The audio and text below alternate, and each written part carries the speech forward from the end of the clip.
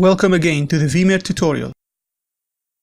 Let's open the architectural sample file on Revit and go to the Vimert tab. You may click on the Vimert bridge command to open the exportation window. This window contains a variety of export options.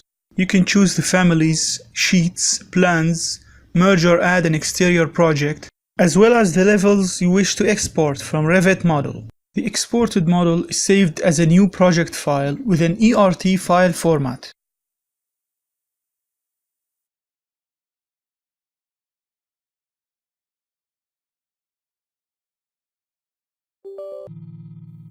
Once the exportation is complete, a new window pops up where you can choose what to do next. When clicking on the Load to Vimert option, the Vimert app runs and loads the model.